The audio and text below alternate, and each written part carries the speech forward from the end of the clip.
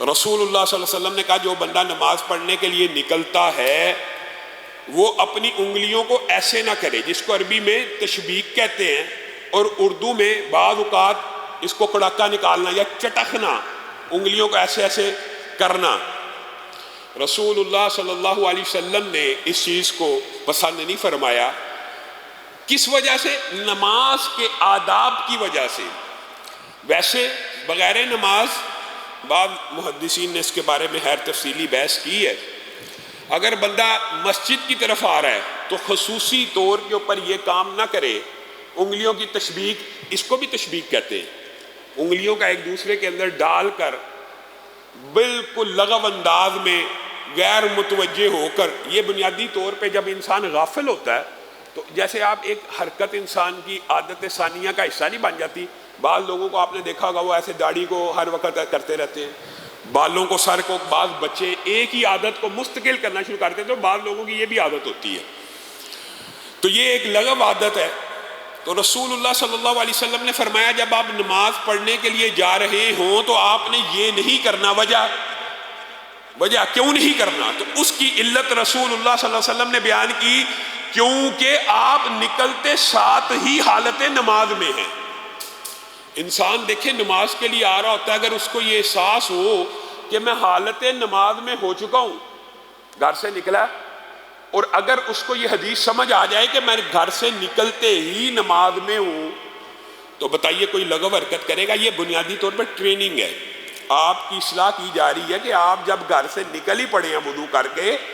تو پھر اب آپ حالت نماز، اللہ نے آپ کو کنسیڈر کر لیا کہ آپ نماز میں ہیں۔ آپ رستے میں کسی کو برا بھلا کہہ رہے ہیں، آپ رستے میں فحش کام کرتے آ رہے ہیں، آپ نماز پڑھنے کے لیے آ رہے ہیں، لیکن رستے کے اندر آپ نظر بازی کے جو جرائم ہیں ان سے پرہیز نہیں کر رہے۔ اور بھائی انگلیاں ایک دوسرے میں ڈالنا، ان کے کڑاکے نکالنا یا چٹکانا، یہ بھی منع ہے۔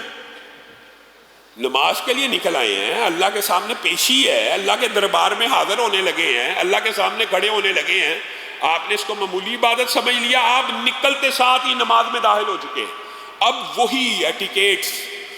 اور وہی تمام چیزیں سوچیں کہ جس طرح آپ نماز کے اندر اللہ کی طرف متوجہ ہوتے ہیں اور معمولی حرکت کے علاوہ نماز میں کثیر حرکت نہیں کرتے، اسی طرح گھر سے نکلتے ساتھ اپنے آپ کو وقار کر لیجیے۔ آپ کسی چھوٹی عبادت کی طرف نہیں جا رہے، گویا یہ ٹریننگ اور تربیت کا حصہ بھی ہے، لیکن فضل یہ ہے کہ گھر سے نکلتے ساتھ ہی آپ نماز میں، اور پھر نکلتے وقت نماز میں نہیں ہے۔ رسول اللہ صلی اللہ علیہ وسلم نے کہا، اور پھر جب نماز پڑھ کے گھر واپس جا رہے ہیں تو بھی اپنی انگلیوں کی تشبیک نہیں کرنی، انگلیوں کو نہیں چٹکنا، انگلیوں کے کڑاکے نہیں نکالنے، کیونکہ گھر واپس پہنچتے وقت تک آپ نماز میں ہیں۔ بتائیے یہ اللہ کتنا مہربان ہے۔ یہاں پہ ابھی گھر سے نکلے، نماز پڑھی ہے؟ نہیں پڑھی، آپ کا نمازی کا ثواب اور نماز کے اندر ہونے کا ثواب لکھنا شروع کر دیا۔ گھر واپس پہنچنے تک آپ کے نماز کا ثواب لکھنا شروع کر دیا، لیکن بنیادی طور پہ یہ ایٹیکیٹس ہیں، آپ کی تربیت کی جا رہی ہے کہ آپ جب نماز کے لیے مسجد کی طرف آ رہے ہو تو آپ کے دماغ میں یہ بات آ جائے کہ میں اللہ کے حضور، میں اتنی عظیم شخصیت کے سامنے کھڑا ہونے جا رہا ہوں، میں یہاں سے نکلا ہوں تو ہی عبادت کے اندر ہوں، اور حقیقت میں عبادت کے اندر ہے، اور وہ نماز کے اندر ہی ہے۔ اب رسول اللہ صلی اللہ علیہ وسلم کی اس حدیث کی طرف آئیے کہ جو بندہ وضو کر کے مسجد میں آ جاتا ہے، اور یہاں پہ غدا اور راحہ کا جو لفظ حدیث میں ہے، محدثین نے ان کی ٹرانسلیشن یہ کی ہے، یہ صبح و شام کے معنی میں نہیں ہے، یہ خارج کے، یعنی یہ نکلنے کے اور واپس لوٹنے کے معنوں میں، آنے اور جانے کے معنوں میں استعمال ہوتا ہے۔ صبح شام کا بعض اوقات محاورہ عربی میں آنے اور جانے کے معاملے میں ہوتا ہے۔ تو جو بندہ گھر سے وضو کر کے اچھی طرح نکلتا ہے ایک مرتبہ، یعنی دن میں 5 مرتبہ نکلتے ہیں، تو ہر آنے کے اوپر یہ رسول اللہ صلی اللہ علیہ وسلم کی حدیث ہے، بخاری مسلم میں موجود ہے، حضرت ابو ہریرہ راوی ہے، ہر آنے جانے کے اوپر، یہ 2 باتیں ہیں، آنا الگ ہوتا ہے اور جانا الگ ہوتا ہے، ہر آنے کے اوپر اللہ رب العزت مسجد کی طرف چل کے آ رہا ہے نا، تو ہر آنے کے اوپر، یہ نماز پڑھنے کی فضیلت یہاں پہ بھی نہیں ہے، جیسے ایک حاجی کی فضیلت بیان کی ہے کہ وہ گھر سے نکلتے ہی حاجی کی فضیلت کو پا لیتا، پڑھ کے جو ملے گا وہ تو اللہ ہی جانتا ہے، تو یہاں پہ بھی صرف آنے کی فضیلت یہ بیان ہو رہی ہے کہ وہ مسجد میں وضو کر کے آ رہا ہے،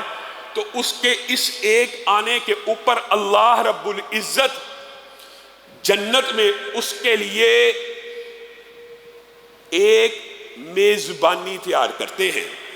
اور میں اگر آپ کو محدثین کا اس حدیث کے اوپر ابواب کا تذکرہ کروں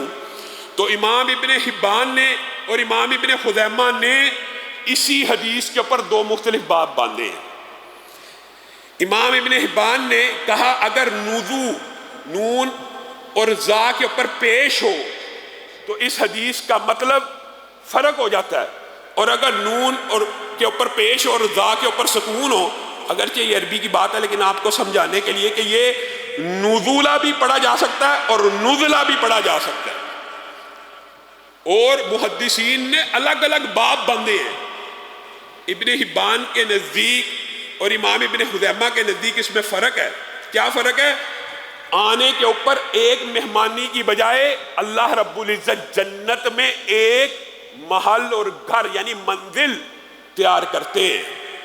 ایک محدث نے کہا منزل تیار کرتے ہیں، ایک محدث نے کہا مہمانی تیار کرتے ہیں، اور راجح موقف یہ ہے جس حدیث سے دو مفہوم نکل رہے ہوں دونوں راجح ہوتے ہیں۔ گویا ایک مرتبہ آنے کے اوپر ایک مہمانی اور ایک جنت کا محل آنے کے اوپر، اور یہ صرف آنے کے اوپر نہیں ہے، یہی بات جانے کے اوپر بھی ہے۔ گویا جس بندے نے باجماعت 5 نمازیں مسجد کی طرف چل کے آنا ہے، ایک محل ایک میزبانی، واپس تو جانا ہی ہوتا ہے۔ اب واپس جانے میں دیکھیں کوئی عبادت ہے، انسان آیا مسجد تو جانا تو واپس ہے، لیکن اللہ کا اجر و ثواب اور اللہ کی طرف سے مسلمان امت کے اوپر یہ رحمت ہے کہ واپس جا اپنے گھر رہے، چلو آیا تو اس نیت سے تھا کہ عبادت کروں گا، واپس جو جا رہا ہے اپنے گھر میں جا رہا ہے، تو اللہ تعالیٰ اس کے اوپر بھی ایک میزبانی اور ایک جنت میں محل عطا کرتے ہیں۔ گویا دن میں 5 نمازیں پڑھنے والے کے لیے 10 میزبانیاں اور 10 محل ایک دن میں تیار ہو جاتے ہیں۔ آپ ذرا خود کیلکولیشن کر لیجئے۔